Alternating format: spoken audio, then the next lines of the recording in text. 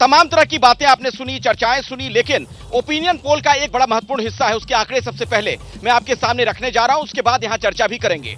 मध्य प्रदेश के लोगों से जब बातचीत की गई, सी वोटर की तरफ से पूछा गया कि पीएम की पसंद यहां की जनता के लिए कौन है, उसमें प्रधानमंत्री मोदी के लिए 57% लोगों ने वोट किया है और राहुल गांधी ऐसा कहने वाले 19% लोग थे। इसके अलावा प्रधानमंत्री के कामकाज को लेकर जब बातचीत हुई, यह पूछा गया मध्य प्रदेश के लोगों से कि पीएम का कामकाज अब तक का आपको कैसा लगा। बहुत संतुष्ट ऐसा कहने वाले 57% लोग, संतुष्ट ऐसा कहने वाले 22% लोग और असंतुष्ट ऐसा कहने वाले 20% लोग मिले हैं। ऐसे में आलोक जी, सवाल अब आप ही से है, अगर प्रधानमंत्री मोदी भी यहां पर भी चेहरा नजर आ रहे हैं तो कहीं ऐसा तो नहीं कि वो गेम पलट देंगे? देखिए, मुझे लगता है सबसे पहले तो सी वोटर का जो सर्वे है वो बरगलाने वाला है। चुनाव मुख्यमंत्री का है, चुनाव विधानसभा का है, आप उसको ट्विस्ट देना चाहते हैं। मोदी साहब के चेहरे पर 35 से 38 चुनाव बीजेपी हारी है 2014 के बाद, दिल्ली 3 बार हारे। अभी हनुमान जी ने जिस तरह से गदा मारी थी कर्नाटक में, वो पूरे देश ने देखा है। तो मुझे लगता है कि सर्वे का भी एक जो आधार है वो भी एक अपने आप में बहुत इंपॉर्टेंट है। मामो तो गयो, मामा को तो कोई नहीं बचा सकता।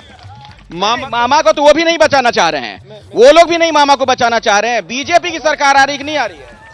अगर बीजेपी भी मामा को नहीं बचाना चाह रही है, ऐसा लग रहा है, मैं कह रहा हूं ऐसा लग रहा है, क्योंकि चेहरे के तौर पे पीछे कर दिया गया उनको। आपका सी वोटर का सर्वे भी और यहाँ की जनता की आवाज भी ये कह रही है कि कांग्रेस की सरकार 160 विधायकों के साथ आ रही है मध्य प्रदेश। ठीक है, मोदी फैक्टर नहीं चलेगा। जिस कांग्रेस पार्टी ने 2014 से लेकर 2023 तक 80% चुनाव लोकसभा विधानसभा के देश में हारे हों, मोदी जी के नाम को जो लोग दिन रात कोसते हों, वो आज मोदी जी की बात कर रहे हैं। हम तो सिर्फ ये जानना चाहते हैं कि घमंडिया गठबंधन का चेहरा कौन है।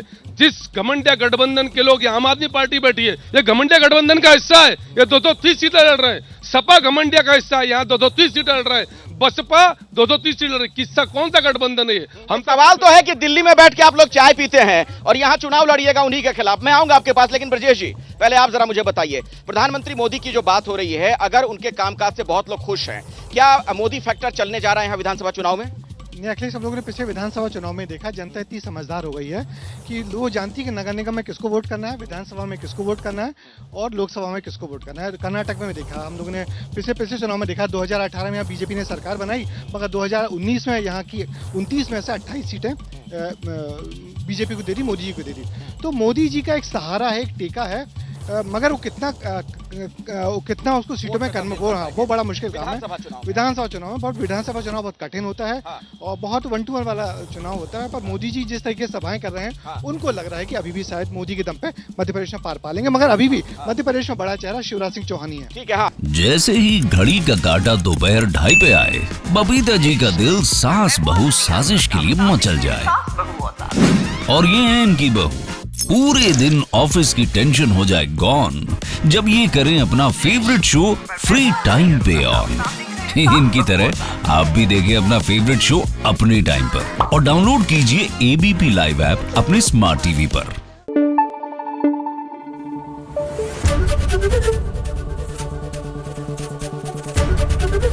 एबीपी न्यूज आपको रखे आगे।